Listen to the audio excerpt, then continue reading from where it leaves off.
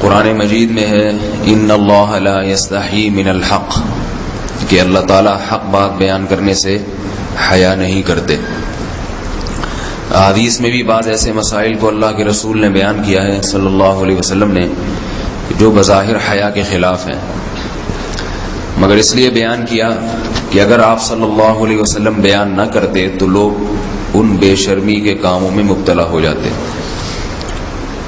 اسی وجہ سے میں بھی یہ ہمت کر رہا ہوں کہ ایک اور ایسا گناہ جس میں لوگ مبتلا ہیں،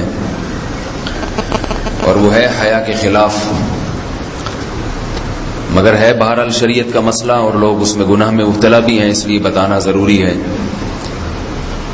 وہ یہ ہے کہ لوگ شادی کے بعد بھی، آج کی نوجوان نسل زوجہ سے، بیوی سے غیر فطری طریقے سے ہم بستری کرتے ہیں۔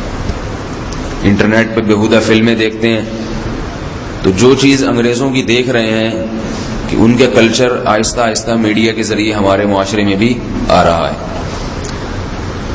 اللہ کے رسول صلی اللہ علیہ وسلم نے لعنت فرمائی ہے، ایک روایت میں ہے کہ اللہ اس کی طرف دیکھے گا نہیں کہ جو اپنی زوجہ سے پچھلے راستے سے ہم بستری کرے گا۔ یہ بیماری بھی، یہ گندگی بھی لوگوں میں پھیلتی جا رہی ہے، خاص طور پہ جن کو لڑکوں سے بدفعلی کی عادت پڑ جائے تو وہ زوجہ سے فطری راستے سے ہم بستری نہیں کرتے۔ اللہ نے فرمایا کہ نساؤکم حرث لکم، یہ تمہاری زوجات ہیں، بیویاں ہیں، یہ نسل بڑھانے کے لیے ہیں۔ تو اسی راستے میں انسان اپنی خواہش کو پوری کر سکتا ہے جس راستے سے نسل بڑھتی ہے، اس کے علاوہ کسی اور راستے سے اپنی خواہش کو پورا کرنا یہ حرام ہے، گناہ کبیرہ ہے، گندگی ہے۔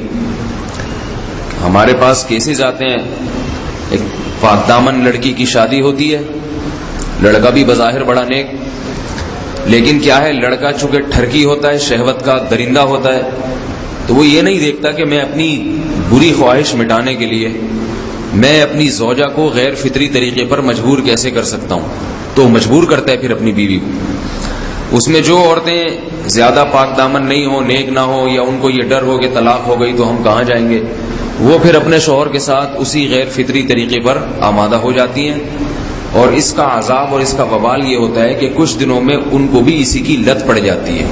انسان جب بھی کوئی غیر فطری راستہ اختیار کرتا ہے، آخرت کا عذاب تو بعد میں، دنیا کا عذاب یہ آتا ہے کہ پھر اس کو لذت فطرت میں آتی نہیں ہے، پھر جو راستہ اللہ نے رکھا اس میں اس کو لذت نہیں آئے گی، پھر وہ گندگی میں ہی گھسنے کی کوشش کرے گا، اس کی بھی فطرت خراب ہو جاتی ہے، اور جس کے ساتھ یہ بدفعلی کی جائے اس کی بھی فطرت خراب ہو جاتی ہے، وہ بھی پھر کسی کے قابل نہیں رہتے۔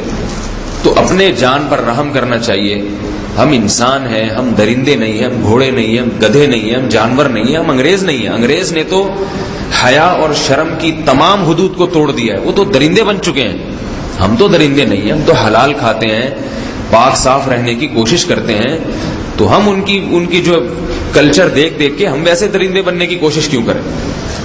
تو یہ بہت بڑا وبال ہے، بہت بڑی برائی ہے جو ہمارے معاشرے میں آہستہ آہستہ جڑ پکڑتی جا رہی ہے، اور اس سے بیماریاں بھی پھیلتی ہیں۔ غیر فطری طریقہ ہے، بیماریاں بھی پھیلتی ہیں۔ ایسے کیسز آتے ہیں کہ جناب مرد مجبور کر رہا ہے بیوی کو، اور وہ بیوی جو ہے ساتھ نہیں دیتی، تو پھر اس کو طلاق کی دھمکیاں دیتے ہیں۔ ایسے کیسز بھی آتے ہیں، اور یہ بھی آتا ہے کہ مرد جب اپنی بیوی کو غیر فطری طریقے پر مجبور کرتا ہے، بیوی آمادہ نہیں ہوتی، تو مرد پھر یہ دھمکی دیتا ہے کہ بھائی میری خواہش تو تم سے پوری ہوتی نہیں ہے، پھر میں دوسروں کے پاس جاؤں گا۔ تو یاد رکھیں، جس عورت کا شوہر یہ دھمکی دے اس کو کہ میں زنا کروں گا اگر تم نے میری خواہش پوری نہیں کی غیر فطری طریقے سے، تو عورت اپنے شوہر سے کہہ دے کہ جاؤ تم کہیں اور جا کے منہ کالا کرو، تمہاری فطرت میں گندگی ہے تو یہ مجھے گندا بنانے کی کوشش نہ کرو، اس کو زنا کرنے دیں، وہ اللہ آخرت میں اس سے بھگتے گا۔ ہر بیماری کا اللہ نے علاج رکھا ہے۔ اللہ کے رسول صلی اللہ علیہ وسلم نے فرمایا، صحیح بخاری کی حدیث، ما انزل اللہ من داء الا انزل له دواء، کوئی بیماری ایسی نہیں ہے جو اللہ نے نازل کی ہو اور اس کے لیے دوا نہ رکھی ہو دنیا میں۔ تو اگر کسی کو ایسی لت پڑ گئی ہے غیر فطری کام کی، تو اس کو چاہیے کہ وہ اپنا علاج کرائے۔ ڈاکٹر سے بھی رابطہ کرے. اور سب سے بڑا علاج یہ ہے کہ کچھ وقت صبر کرے گا, چھوڑ دے گا کچھ عرصے کے لیے, تو خود بخود آہستہ آہستہ صحیح ہو جائے گا. ایک آدمی شراب کا عادی ہے, ایک علاج تو یہ کہ ڈاکٹروں سے رابطہ کرے, اور بہترین علاج کے چھوڑ دے. کتنے دن تڑپے گا؟ 1 دن 2 دن 3 دن 4 دن 1 ہفتہ 2 ہفتہ, بہت زیادہ سال ہو جائے گا نا, اس کے بعد خود بخود ٹھیک ہو جائے گا. سگریٹ کا عادی ہے, چھوڑ دے گا تو کتنے لوگ ہم نے دیکھے ہیں دن میں 20 سگریٹ پیتے تھے, چھوڑنے پر آئے تو بالکل ایک دم چھوڑ دی انہوں نے, آہستہ آہستہ کر کے چھوڑ دی, لیکن تکلیف ہوئی مگر عادی ہو گئے.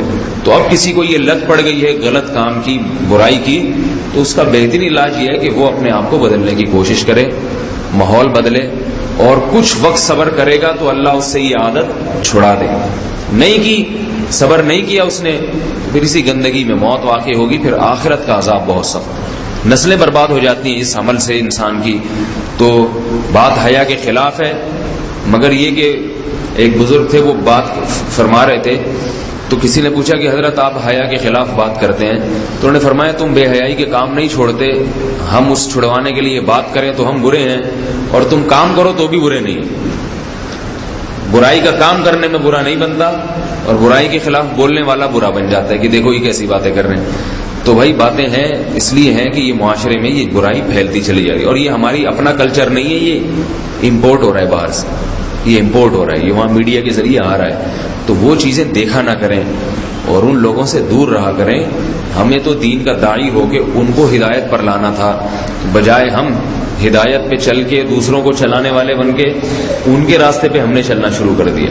اللہ تعالیٰ ہمیں اب دیکھیں ان کے ہاں ایڈز کا مرض پھیل گیا ہے. آپ بتائیے یہ ایڈز کا مرض ہمارا ہے کیا؟ یہ بیماری ہماری ہے یا ان کی ہے؟